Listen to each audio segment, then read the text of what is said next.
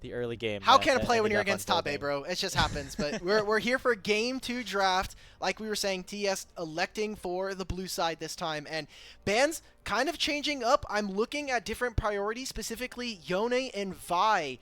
Two big game changers, especially when we talk about two of the big players here for TES in Kanavi and Creme. And with BLG now having to pay that Skarner Kalista tax that we have consistently seen time and time again, I think especially against a player like JackeyLove, that is going to be important to take that Kalista off the board. Top Esports have a little bit more flexibility. They take away that Cassante, so now BLG have the opportunity to potentially ban that Jayce in response. Instead, they're going to take away the Nidalee from Kanavi, which was a pick that he was able to use earlier on in their playoff run. The Jayce has just been very powerful from start to finish here in Split 1, historically across all regions, so would not be surprised to see that picked up first. Yeah, what's Bin's option into Jayce? Because there's no Mbessa. Cassante's already been banned in this game, so could end up kind of looking for a swap, and maybe even TS are going to be electing towards swapping, trying to put it in mid. It's been obviously a lot more popular in top lane, but I think the flexibility of a champion like this is really, really potent. So BLG now, Yone I think has obviously been very, very impactful in some great team fights, but losing his dueling partner in Sejuani so early on into this series is going to, I think, impact what BLG are going to be able to do. But Knight's Yone is incredible. So excited to see. I'm surprised to see that one picked up here this early in the draft, but also given that this is one of Creme's most played champions throughout his career as well, not surprised to see BLG maybe use a bit of a takeaway strategy as well, because in this Fearless format, obviously now Creme can't play it for the rest of the series, and it's going to be paired alongside the Maokai. Not quite the same synergy as the Sejuani with that Permafrost passive in tow, but still definitely a power from the jungle 2v2.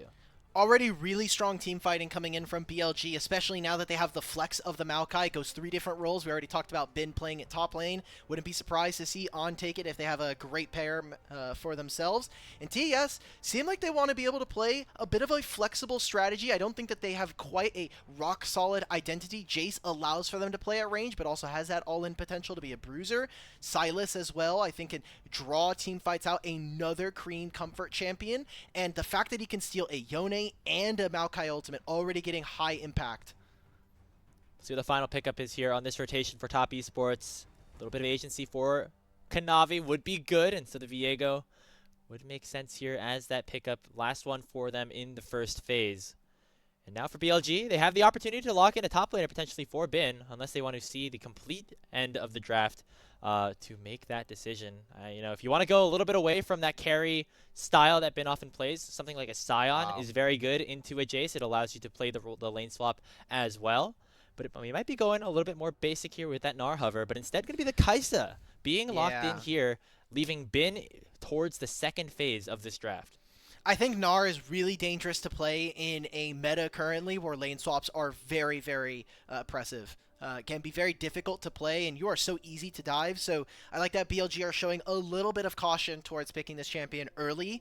Taking the Kaisa away does mean that, again, team fighting the dive from BLG is going to be so potent. So TES have a couple of options, in my opinion. I think you can go for more aggressive bottom lanes and really try to smash. Maybe they try to play like a Caitlyn or a Varus lane that is really trying to play at range, utilize the Jayce, or they can go for more anti-dive strategies and really rely on a Viego reset or a Sylas ultimate to be the game changer in this game. Yeah, already you see Creme. I think the prime ultimate that he would want to steal away is that Maokai ult that does a lot of utility and crowd control in those team fights as we head into that second phase of bans right now. Looks like Elise is getting the target here. It's your favorite. It's your favorite ban. Very well. I know. I'm not the biggest fan. I did like it with the Caitlyn though here for BLG. That's not going to be the case this time around, as it will be off the board. That's the Varus that you were talking about, as well as something that can provide a little bit of extra threat from long range. Still, things like the Caitlyn are available. We also have Xayah Rakan potentially on the table for JackeyLove and Crisp as well, although that has not been the highest priority of bottom lane duos so far this split. Yeah, Jackie also has a couple of options. I know we were kind of noting maybe this is a Caitlyn lane to really smash the Kaisa. I could be convinced of a Draven angle. I could be convinced. Okay. I think it might be a bit tough into a Yone, but everybody else is really trying to dive in onto you. You'll have a ton of AD, and I think you can have some disruption. I think it is going to be very important what we see from our two supports in this game. And now here on 4, BLG, I think you really kind of need to lock into your support on this one, because you have the Maokai, right? So Still flexing around, so instead it's going to be Bin Bin on the Jax. Jax. Okay. I mean, that's not a bad pick, all things considered here for Bin. BLG side laning is going to be so great, and the team fighting especially. They're very low range, however, and Kaisa can augment that. TES slammed the Xayah Rakan, so we talked about the flexibility of where their draft was. They're more indexing to play around the short range of BLG and lock them up. What is BLG's 5 answer? This Blitzcrank from On is too potent, man. Too crazy. Would be a little spicy, a little maybe difficult to execute, especially into a Xayah, but it is going to get locked in here. So just throwing that extra wild card. It feels like to me that BLG already had such a great composition from top to AD carry that they could throw in something like the Blitzcrank to just add a little bit of extra volatility to this game. So I like the way that this draft ended up for them. I'll be honest. You can look at this draft and you take nameplates off. Yeah, you can be excited. On is one of those players, specifically on Blitzcrank, that worries me. He is a player who sometimes on this Blitzcrank will make, he kind of misses hooks.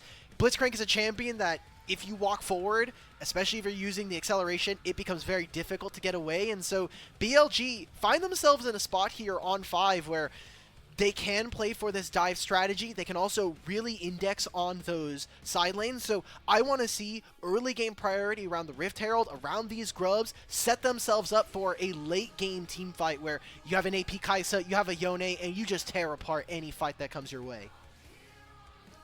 So that is the goal here for Top Esports as they look to even up this series. I feel like overall they got a lot of pieces that they wanted. They have a strong 2v2 for JackeyLove and Crisp, as well as a top side full of comfort champions for them. And they're going to need all the comfort that they can get, given that they are already down 1-0 here in this series, and especially given how powerful blue side has been. If they drop this game, it would be a very difficult mountain to climb, especially against the likes of BLG, who have made it to both finals in 2024, who have made it to Worlds finals as well. This is just all of us, just all together, such a dominant team, and they're going to have their work cut out to them as we are on to the Rift for game number 2. Oh my god. It's too stressful, man. Like, I personally, I would love to see BLG be able to win this one. I think you have so many options to play. You do see that TES will have some ability to play the game. Obviously, the Sylas, you can take the Yone ult. You can even take the Blitzcrank ult for massive AoE damage. Yeah. But I think this game gets tougher and tougher to play as the game goes late. Bin is going to have so much extra value as well. I'm going to need to see the solo lanes really shake this up, or JackeyLove even finding some advantages. I think if you're going to be playing it into a Kaisa and Blitzcrank bottom lane, you do have some options to go for 2v2 trades, especially with the Xayah Rakan. As we start off this level 1 with on the Blitzcrank, doing what he does best, and that is exert pressure, make sure level 1 that nobody is around that top side jungle. They know. It's placed here from JackeyLove. We'll see what the lane swap situation does end up looking like, as all of Top Esports right now are currently around the bottom side, looking to maybe even steal away this blue buff, but that is a really nicely placed ward there from BLG. That is going to potentially spot out JackeyLove, and they immediately know that this is happening. Yep. Just splitting the map right now, wanting to provide themselves with some safety, specifically for the Xayah and Rakan. And any amount of dives that they can get onto Jax is going to be a bit interesting. They have obviously the setup from Crisp and Kanavi, but that Counter-Strike is going to provide a lot of value. And you already see Jax, he knows, Bin knows, he's got all this vision, this ward doing so much extra work. Yeah, already stunning up Kanavi, taking him down to half HP, but now with that Counter-Strike down, gives the opportunity for Top Esports to play a little bit more aggressive, and that is what they're going to have to do here in this lane swap situation. Make sure that Bin does not have that E, as they're even sending 369 down here to try to maybe force a 4-man dive onto this play. So it's going to be after this wave. Kanavi has to finish these wolves, and look who's already on the back, on making his way towards the bottom side. They're going to see him on this ward. I think this ward expires before On makes it. I want to see what the observers. Can observers show me the ward? Show me the ward. Yeah, no, it'll be there. They'll see him, so they'll know it, and they'll have to call off this play.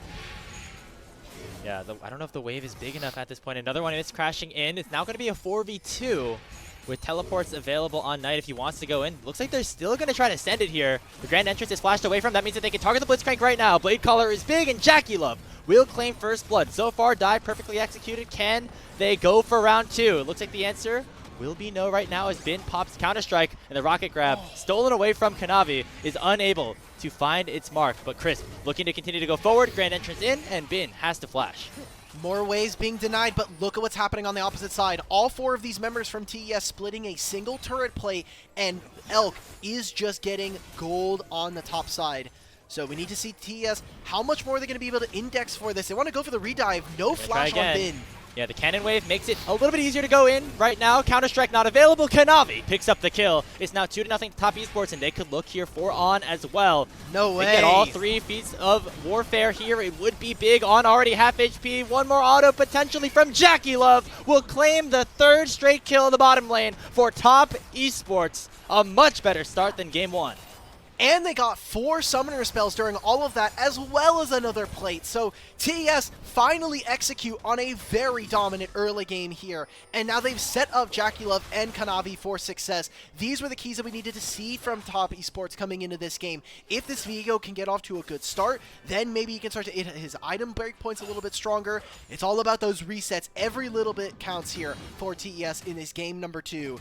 And they have just tried to starve Bin out of this one so far. We'll see what this Jax is able to do because, again, we favor BLG as this game goes later. The comparison and the trade-off on the other side is that Elk got a lot of XP, but because of the fortifications on that top lane tier 1 turret, was unable to claim a plate while Top Esports was able to get 2.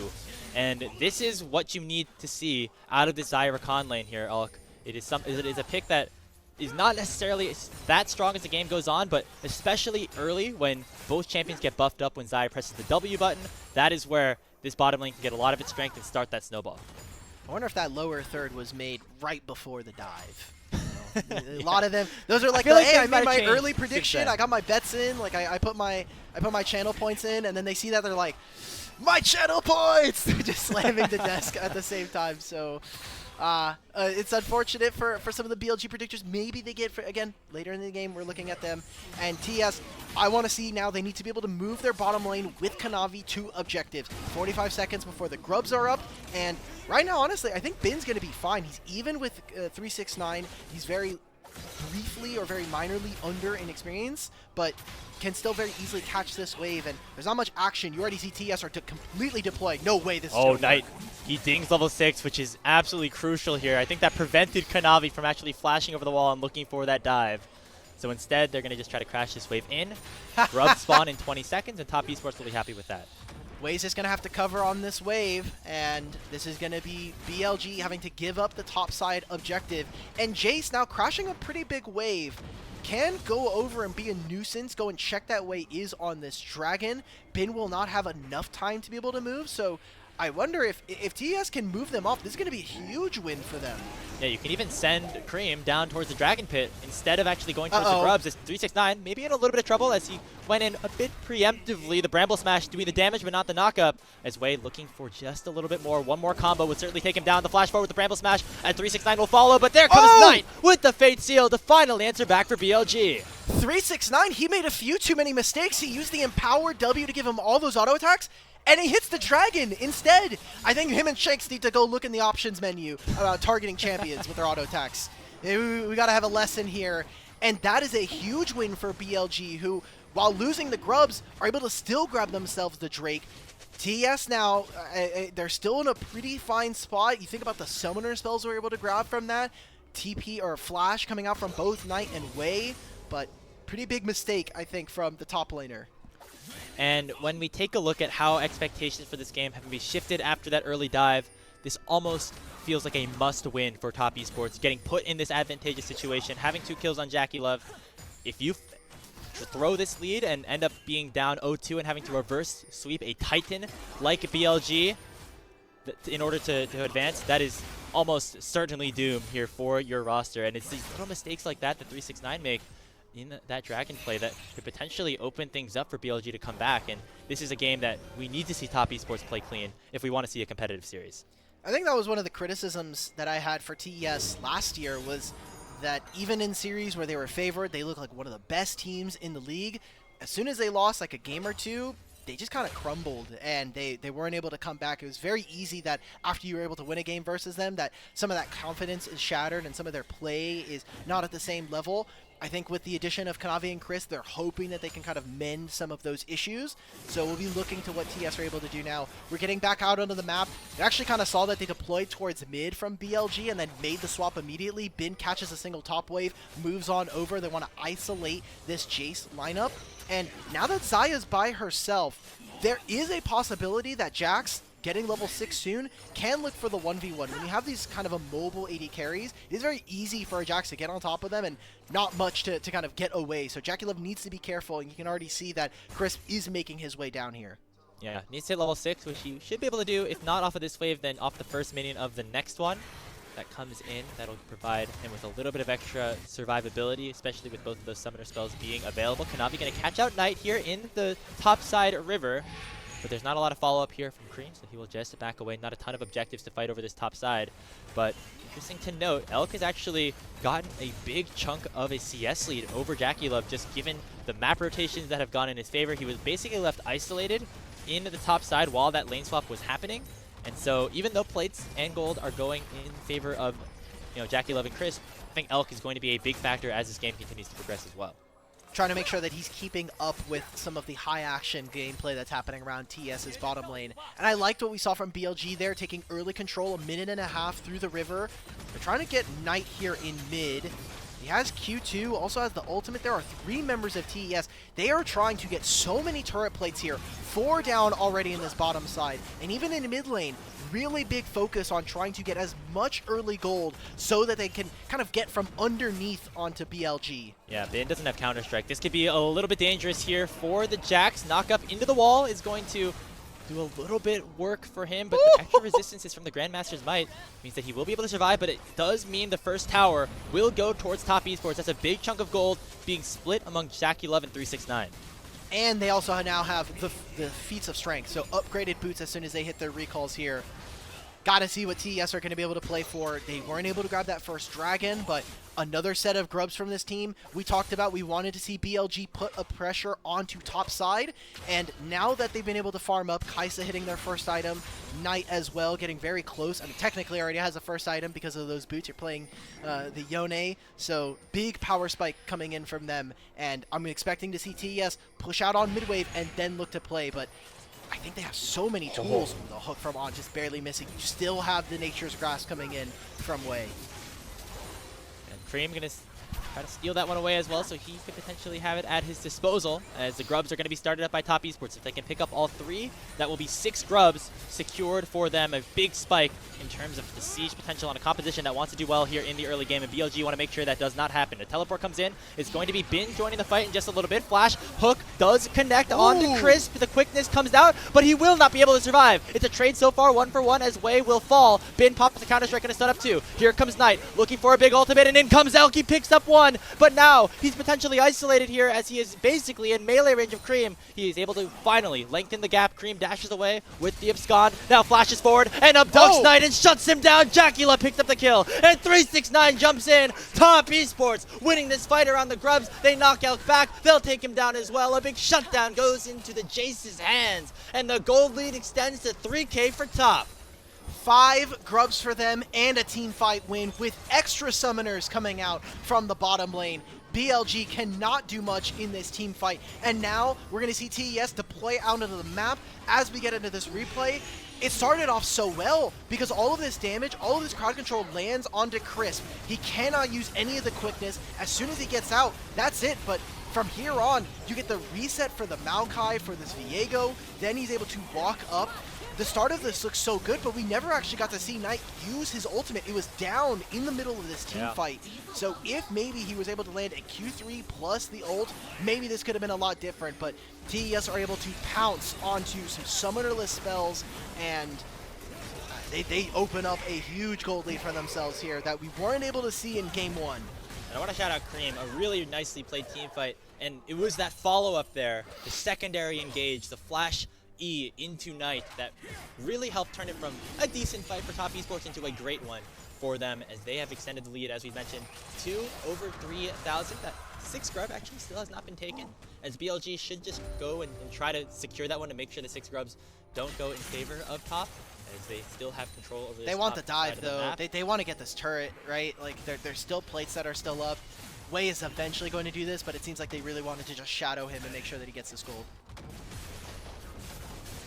They're going to pick that one up and now make their way back towards the grub. It should be relatively easy to secure and make sure that other, they don't get the full buff. They just get 5 out of the 6 here. Kanavi getting targeted a little bit here, as Top Esports wanted to try to get an extra plate onto mid before those plates fall in about 45 seconds. Next thing to play for, not going to be for a couple of minutes, as the Dragon, in the meantime, was actually also secured. And now we're playing the waiting game a little bit, but I want to say here, much better look from Top Esports here in this one. Of course, the lane swap helped them out, and the 3 kills they got on the dive, but the way they played that fight around the grubs as well has been great. Yeah, and this also kind of touches a little bit on that head-to-head that we talked about for our junglers, specifically the identity for Kanavi. He has been much more indexed on wanting to make big carry plays for his team. I think of his Jax versus NIP, the Olaf game that we saw in the regular season, group stage versus LGD. Those are big games for TES for them to be able to pick up wins. And here again, on this Viego, the keys to the kingdom are in his hands, right? This is a game for this Viego to have to snowball for his team. And you look at some of his lanes already ahead on the Sylas. Kanavi got to be able to get out, but I think a turn. Creme, though, he dashed over the wall, steals away the Blitzcrank ultimate, should be able to use it rather shortly, and that is the first kill and a reset picked up for Kanavi. Gathers enough time for Chris to join in onto the fight, and it's a double kill now for the Viego. Now Wei is the next target, as Kanavi will be able to dash over the wall, but now he's been isolated in a 1v2, will be able to be taken down by Knight as he goes a little bit too far forward, gets a little too hypey there on the Viego. That's fine, though. You killed 2 members. You buy time for JackeyLove to hit on this turret with 5 grubs. Look, you ended up going down, but it is good for the map state here. Even buying Creme some alone time. So all of the members of TES in terms of their carries. Oh, JackeyLove, put the hands on Knight right there. Your Top Esports brethren does not matter. We are trying to get a win here in the lower bracket. That's the power of this Rakan, especially if it gets ahead in the early game, as it surely did. Already has this Essence Reaver completed, and able to do a ton of damage, especially with Chris helping him out right there. Press the 15-minute mark. We're waiting for that Rift Herald to spawn in about 35 seconds. And next objective for Top potential claim to get another look at this fight from Kanavi. This is such a good turn. We talked about the fact that Creme has so many ultimates that he can steal, the Blitzcrank, the raw amount of AP that he's going to be able to have access to, and the burst damage. Chris with, I think, making one of his most iconic plays of using the quickness a bit out of a fight and then coming in and immediately sweeping to try to provide crowd control for his team. Ends up grabbing them the 2 kills onto the bottom lane of BLG. So grabbing summoner spells is great, but now we're coming into this fight. There's no flash on Wei. There are still some great summoner spells available for TES. I think BLG are going to be hard-pressed to find a fight here, either having to be creative or continue to play towards those side lanes that we had talked about earlier. Been someone that is starting to pick up a bit of gold on the side lane and experience, already half a level up on 369. So you mentioned how BLG's composition scales better as the game goes on, but it's going to be tough for that to get to that late game if Top Esports continue to play the way they do. Knight forced to use that Fate Seal just to escape from the threat of Kanavi. And Top really, really dominating. Okay, but for BLG, like how many items we have to get to, and like what is the goal discrepancy going to have to be in order for their composition to really start to come online? Yeah, BLG, if they can hit 3 items, I think it's playable. We're getting teleports. Oh, okay, here we go. Yeah, Bin already at half HP and has burned the ultimate. Does not have that Counter-Strike for a little bit. Creme coming in with a teleport first. Already using the Grandmaster's Might that he stole away to force Elk to pop that Killer Instinct. Now Kanavi joining the fray as well. Looking for potentially a stun, but instead just pressuring BLG away, as they know that it could open up into a 5v5 underneath the tower if they are not careful. So now the point turns towards the siege. They should be able to pick up this tier 1 and retreat it back to the Rift Herald to secure another major objective for themselves. Yeah, Rift Herald especially. We were kind of talking about like what the the items are going to have to look like for BLG if they want to win this game. And 3 items is obviously really great. You can get 3 items on Yone, 3 items on Jax. I think Kaisa with how much flexibility did go for, typically we're seeing the lethal tempo for Kaisa, but once you hit those 2 items, we've really been seeing a large amount of just going into AP. I think part of what I'm seeing here now, though, is with the Berserker Greaves, it seems like Elk is really focused on trying to go for this on-hit Kaisa. So that is, I think, going to limit some of the options for BLG into this game. Well, they're going to try to get something here with this Dragon. It would put them actually an advantage in the Drake department at the very least. So potentially playing for Hextech Soul is in the cards for them if they're able to stall this game a little bit longer out. And I think that guy, On, is going to have to be a big player here for BLG, finding picks with the Blitzcrank and creating advantageous situations for BLG if they want to have a chance here in this one.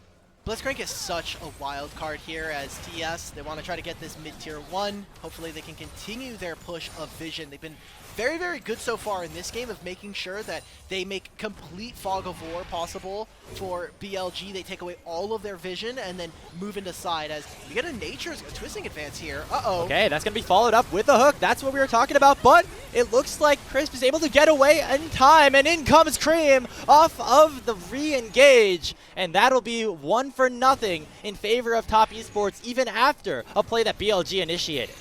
This Blitzcrank is just not able to provide enough value now. I mean, yeah, later into a game, maybe he finds someone like Crisp, someone like JackeyLove, but even if he does, right now it doesn't seem like BLG have the damage to be able to deal with it, and On is also just not hitting very many hooks as Kanavi, he's going to take the portal over, he's going to help take the mid-tier 2 as well. That was a little risky right there, but it looks like it's going to pay off. This is stolen away.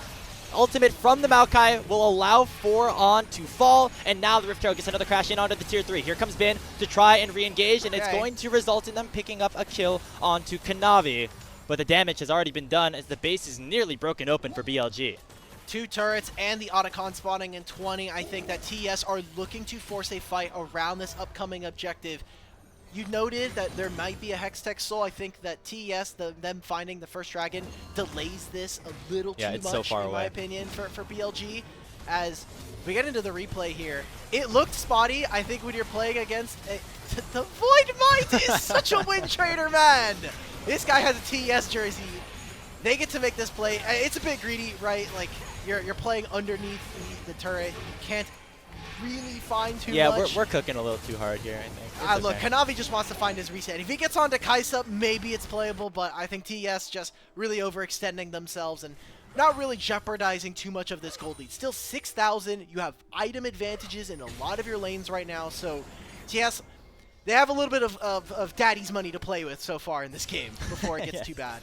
6,000 gold lead right now as, Kanavi, he has the margins to try and farm a clip or two, so we got to give him respect for that at this point. Creme dashing away here from that Fate Steal, actually going to use it himself, has been looking to join the fight and make it a 2v1, but is unable to close the gap without burning that flash, which has been a very risky maneuver. So Creme able to escape here as the gold lead continues to be in Top Esports' favor. Otacon has not been started up yet, but you can see Kanavi around that bottom side jungle. He wants to clear out vision, get themselves in a position where that they can start this off and not be under any threat. And look at where TES is right now. I mean, 2 items here for 369. Kanavi's going to be finishing what looks to be a Sundered Sky as well, second. So very, very difficult at this point. How does that board not see him? I don't think it changes all that much, honestly. Wait, Creme, you were just out of here. What happened?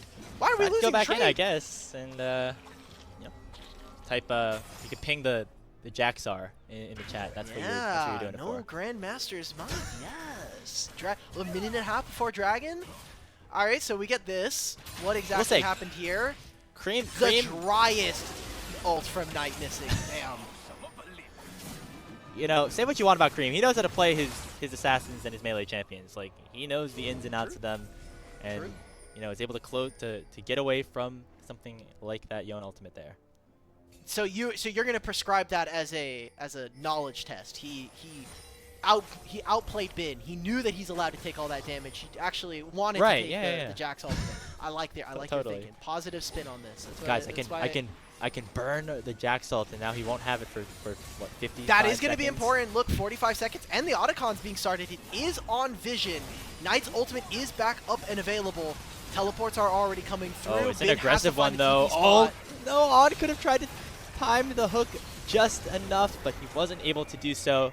Successfully, Creme comes in to secure the inevitable, which is that Otacon going over to top esports, and with those revives, they'll be able to play super aggressive here, try to finish off some of these tier 2 turrets that are left straggling around the top lane, or just cracking open an inhibitor or looking for a fight. Did you see why I was so worried about Blitzcrank for On?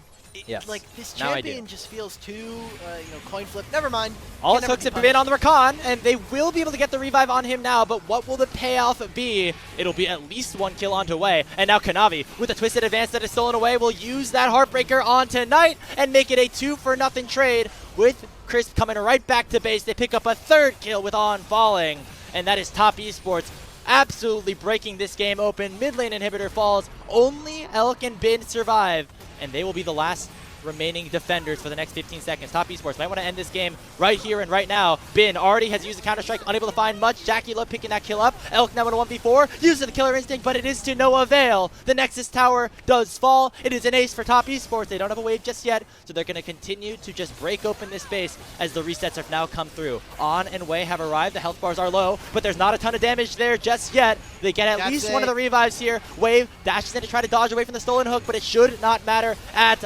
all. Finally, another kill goes in for Creme, and the finishing touches of this game number 2 are going to start to be placed. Knight is still alive. He has the Fate Seal, lands a knock-up onto Creme, but he knows that even if he picks up a kill, it's going to just send them right back into the Rebirth. Lands 1 knock-up onto Creme. The Nexus is now exposed. It looks like Knight is not going to do much as the ace is once again secured. But here comes the reinforcements. We are all out brawling here in the enemy base here as top esports know they can play with their food just a little bit longer. And 369 is still not dead. He is still going to try and get away here. Bin matches the flash, but 369 will escape with his life as Crisp will be the lone sacrifice here. And now 369 can re-engage because JackeyLove has returned from the false death chamber and will punch a little bit of extra damage into Bin before heading back.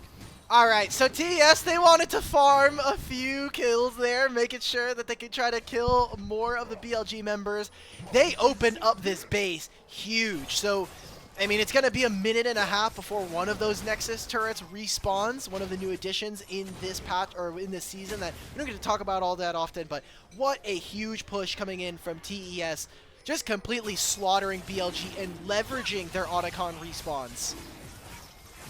So top esports, after that beautiful use of the Otacon. I don't know if there's like an Otacon power play that they do, but that certainly was a lot right there. The goal lead now up to 10,000 plus as they also secure their 2nd dragon of the game with that Hex Tech going down. As the doors continue to shut further and further here for BLG. The Baron not even going to be started up here for top because they know they can just run down mid and try to end this one here. Yeah, they don't even have to worry about it. I'm looking at that timer, 55 seconds before one of these Nexus turrets respawns. I think it's going to be very tough, and a lot of summoner spells missing here from BLG. Hook does this time land onto Creme, but he's able to pop that Zanya's in time. Meanwhile, on the backside of things, Bin stuck in a 1v4, Heartbreakered on, and will be going down. Already numbers advantage now as it's just a 1-for-1, but top esports are looking for even more kills as they take down Way. And now Elk is the next target. He will fall before he can even reach his fountain. And into our hands, a series has been placed. Top esports even things up at 1-1. Just a dominant game as well, and one that just, I mean, we talked about the level 1 dive or the level 2 dive onto Bin, just completely eradicating any chance of an early game for BLG. And they did it in much quicker time. This time, 25-ish minutes there coming in from TES. So when they win, it looks dominant. But BLG definitely going to be looking back at that one and saying, all right, well, they dove me, man. What can do? How can play? It seems like one where they write it off. It's like, okay, we screwed up the lane swap. Bin got a little bit too far behind there on the Jacks and not able to do too much afterwards. So a very dominant win for top esports. I will say, you know, I'm thinking about the last series that we got to cast together, Alk, which was BLG against Weibo. It followed a very similar script where in that game number 2, Weibo were able to bounce back, win a very quick game 2, but it now is up to BLG to respond and react to that because they have dropped a game in all 3 of the series that they have played so far now in the lower bracket of the playoffs. it is now how they are able to respond, and if they can prevent this from going the full distance or making it that 3-1 like it has been for them every single time so far. It's tough, man, because that game feels like it just felt off. Not just talking about the player who's on BLG, but like the Yone wasn't able to get much done. Like Knight usually is a very, very proficient Yone, and maybe this is a little bit of that fearlessism that kind of people have been talking about. Like, this is a takeaway from Creme. Means that Game 3, Game 4, and Game 5 potentially are going to have much higher impacts onto what Creme is going to have access to, but it just felt like part of the reason why we were excited about BLG is not only they're warming up, their best looks have been when jungle and support are making the plays. Kind of similar to Game 1, we didn't really see much of Wei in this one. Him and On were not on the same page a lot of the time, and this Blitzcrank did not get enough value. Yeah, it seemed like the biggest Maokai ults that we saw this game were actually from Creme on the Sylas that he stole away from Wei. Not much really done there from the jungler for BLG in this one. And yeah, the Blitzcrank, it hooked Creme once at the very end of the game when it was way too late, and every single other hook that had any impact on a fight landed right onto the support, and Crisp was able to get out of most of those situations, and even if he doesn't, utilizing that big cooldown, that big engage tool on just the support and allowing for the rest of the carries to survive is a win in top esports' book. So they even things up here at 1-1. I feel like BLG are kind of used to the situation. They have, you know, been in these places before, so I don't think they're too concerned, all things considered, especially with how that early game panned out, but does leave a little bit of questions into, you know, can they survive a lane swap the next time it is put in their hands? Because it actually was BLG, the ones to initiate that swap, as they sent Elk and On to the top side of the map, and that allowed for Bin to get dove multiple times. Yeah, Bin I think has always been super consistent, and even in the lane swap so far this year and a little bit of last year, he was one that always played like on the margins, especially when he was on his Jacks. The game kind of just got away from BLG, and TS made sure to keep the ball rolling. Kanavi was making sure that he was maintaining his lead and pushing forward. JackeyLove and Crisp really felt like they were that aggressive 2v2 that we were expecting coming into this year, and they made sure that the game was not able to come back. Like, they got all the objectives that they really wanted to. They also took away the objective that we were looking at for BLG. They got all 5 of those grubs at the very beginning. They won a big team fight around second grubs as well. So everything, I think, felt right for TES in this one.